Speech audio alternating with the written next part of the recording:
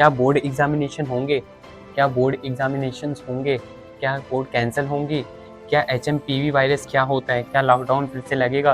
बेटा आप लोगों में से जिनका भी ये क्वेश्चन है ना, आज ये क्वेश्चन यहीं पे ही सॉल्व कर देंगे। जो भी यूनियन हेल्थ मिनिस्टर जो JP नड्डा जी हैं, तो उन्होंने बेटा क्या कहा है, there is no reason to be worried. बेटा ये जो वायरस है वो इतना खतरनाक वायरस नहीं है जितना कोविड-19 था ना बेटा, उतना खतरनाक वायरस नहीं है ये। देखिए, will the virus shares transmission characteristic with कोविड-19, ये कोविड-19 वाले ही कैरेक्टरिस्टिक्स शो कर रहे हैं। मतलब जो कोविड-19 में जो, हाँ, जिसको कोविड हो रहा था तो प्रॉब्लम्स होते थे, खांसी आना, छींक आना, सर्दी हो जाना, बार बार फीवर होना, तो ये वही कैरेक्टरिस्टिक्स शो कर रहे हैं बेटा। और देखो, HMPV is responsible responsible for approximately 3% of respiratory infections. बेटा ये जो है, ये 3% of respiratory infection he show कर रहे हैं। मतलब रेस्पिरेटरी मतलब आपको सांस लेने में प्रॉब्लम होना, सांस फूलना बार बार, ठीक है, ये सब चीज़ें।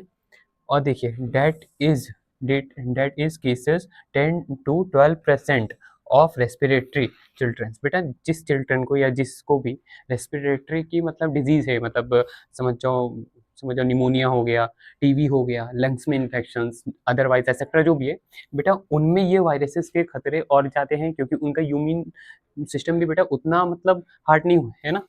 चलो और देखते हैं।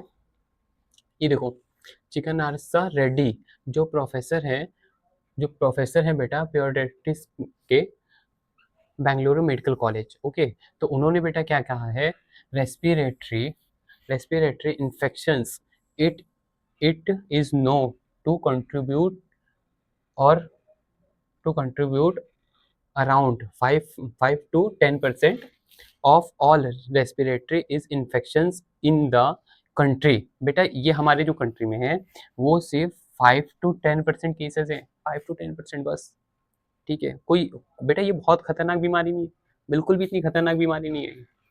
देखो आप, और ये देखो बेटा, हाँ ये देखो बेटा, चाइना ने भी साफ साफ ये कह दिया है, जो चाइना है साफ साफ उन्होंने कहा है, देखिए, that the country is safe to travel. बेटा चाइना ये कह रही है सामने से, हमारी कंट्री जो है अभी वो सेफ टू ट्रैवल है।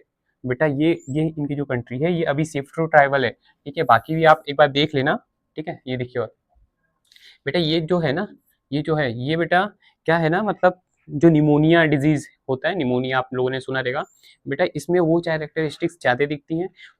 और सेम वही कैरेक्टरिस्टिक्स हैं, सर्दी होना, फीवर होना, सांस लेने में तकलीफ होना, इसकी भी फैमिली यही है जो निमोनिया की फैमिली थी। देखिए, और बेटा यहाँ पे ये जो वायरस है ना बेटा, ये बहुत पुराना वायरस है। कोविड तो चलो, कोविड हमारे लिए सबके लिए कोविड न्यू था, कोविड को कोई नहीं जानता था, कोविड-19 जब आया था कोई नहीं जानता। बेटा ये वायरस आइडेंटिफाई कर लिया गया था 2001 में ही ये चाइना में ही आइडेंटिफाई कर लिया गया था बेटा। एच एम पी वी जो वायरस है बेटा, इसको चाइना में ही आइडेंटिफाई कर लिया गया था। ये वायरस को बेटा चाइना में ही आइडेंटिफाई कर लिया गया था। कब किया गया था बेटा, 2001 में ही कर लिया गया था, ओके।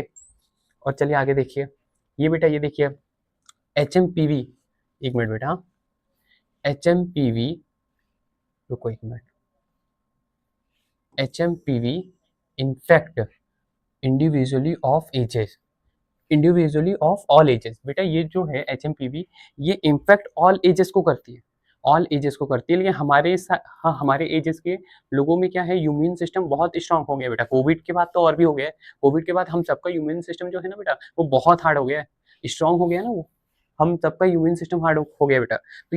तो ये ज़्यादातर किस पे कर रहा है, people with weakened immune system, मतलब जिसका इम्यून सिस्टम वीक है बेटा, ये सबसे ज़्यादा उस पे ही अटैक कर रहा है, और उसको ही हो रहा है। ये HMPV सबको थोड़ी हो रहा है, सबको देख रहे हो क्या, सबको नहीं हो रहा है बेटा।